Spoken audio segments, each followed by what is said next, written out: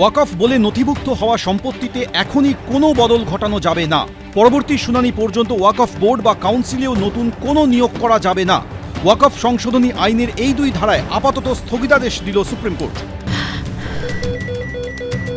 ক্যান্সারে নেই আর ভয়, NCRI হবে এর জয়। আপনাদের ভরসা নেতাজি सुभाष चंद्र बोस कैंसर हॉस्पिटल। जो भारत सरकार के सॉलिसिटर जनरल है, उन्होंने अपना स्टेटमेंट दिया है कि अगली तारीख तक न तो काउंसिल में न वक्फ बोर्ड में कोई अपॉइंटमेंट जो संशोधित कानून है उसके अनुसार किया जाएगा।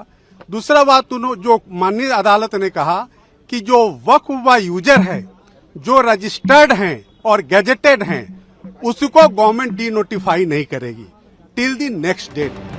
ওয়াকফ সংশোধনী আইনের সাংবিধানিক বৈধতাকে চ্যালেঞ্জ জানিয়ে সুপ্রিম কোর্টে অন্তত 72টি মামলা হয়েছিল। ওয়াকফ সংশোধনী আইন 2025-এ বলা হয়েছে এবার থেকে ওয়াকফ বোর্ডের সদস্য হিসেবে থাকতে পারবেন অমুসলিমরাও। এমন কোনো জমি যা বহুদিন ধরে ধর্মীয় কাজে ব্যবহার হয়ে আসছে, যথাযথ নথি ছাড়াই সেই জমি ওয়াকফ সম্পত্তি বলে বিবেচিত হতো পুরনো আইনে। সংশোধিত আইনে সেই সংস্থান রাখা হয়নি।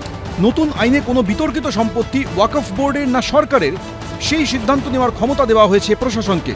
যা নিয়ে মুসলিম সংগঠনগুলির পাশাপাশি বিভিন্ন রাজনৈতিক দল আপত্তি তুলছে। বৃহস্পতিবার এই দুই ধারার উপরই পরবর্তী শুনানি পর্যন্ত স্থগিতাদেশ দিল সর্বোচ্চ আদালত। আইনি লড়াইয়ের সূচনা লগলেই কেন্দ্র সরকার ধাক্কা খেয়েছে। আমরা দেশের সর্বোচ্চ ন্যায়ালয়ে এসেছি এবং মাঠে ময়দানে শান্তিপূর্ণভাবে লড়াই চালাচ্ছি। সুপ্রিম কোর্ট জানিয়েছে আপাতত 1995 সালের আইনে নথিভুক্ত ওয়াকফ সম্পত্তিতে কোনো বদল ঘটানো যাবে না।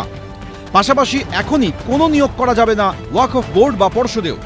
ওয়াকফ নিয়ে সুপ্রিম কোর্টে শুনানি চলছে, সেখানে যা হয়েছে তাতে কিন্তু কেন্দ্রীয় সরকার গাজোয়ারি করে একতরফাভাবে যেটা চাপিয়ে দিয়েছে, তার সেই বিপজ্জনক দিকগুলো যে সুপ্রিম কোর্টের বিবেচনায় আসছে তার একটা ইঙ্গিত কিন্তু পাওয়া যাচ্ছে।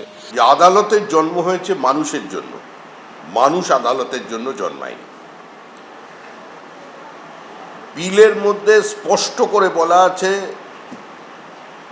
যে অমুসলমানরা ওই বোর্ডের মেম্বার হবেন না, কিন্তু যেখানে অ্যাডমিনিস্ট্রেটিভ পার্ট আছে তো সেখানে অমুসলমান থাকবেন না।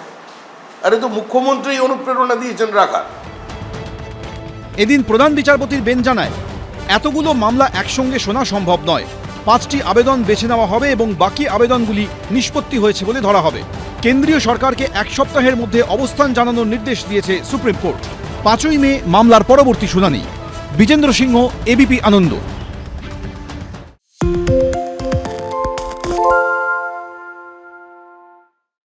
সত্য অন্তহীন, সত্যের খোঁজও তাই, সত্য সন্ধানে তাই আমরা অক্লান্ত, অকুতভয়। এবিপি আনন্দ নতুন ভাবনার প্রতীক, যা মনে মুক্ত, তথ্যে যুক্ত এবং যাবতীয় সীমানার বাঁধন থেকে মুক্ত। সীমা না শব্দটির মধ্যে লুকিয়ে আছে মানা শব্দটি, যেন চোখ রাঙানি এক অদৃশ্য বেড়াজাল, যা আটকে রাখে আমাদের এক ছোট্ট গণ্ডির মধ্যে। একমাত্র সঠিক খবরই গড়ে তুলবে এক মুক্ত সমাজ। সেই জগৎ গড়ার লক্ষ্যে কোনো সীমানার ঠুকুটি আমরা মানব না। এবিপি আনন্দ এগিয়ে থাকে, এগিয়ে রাখে।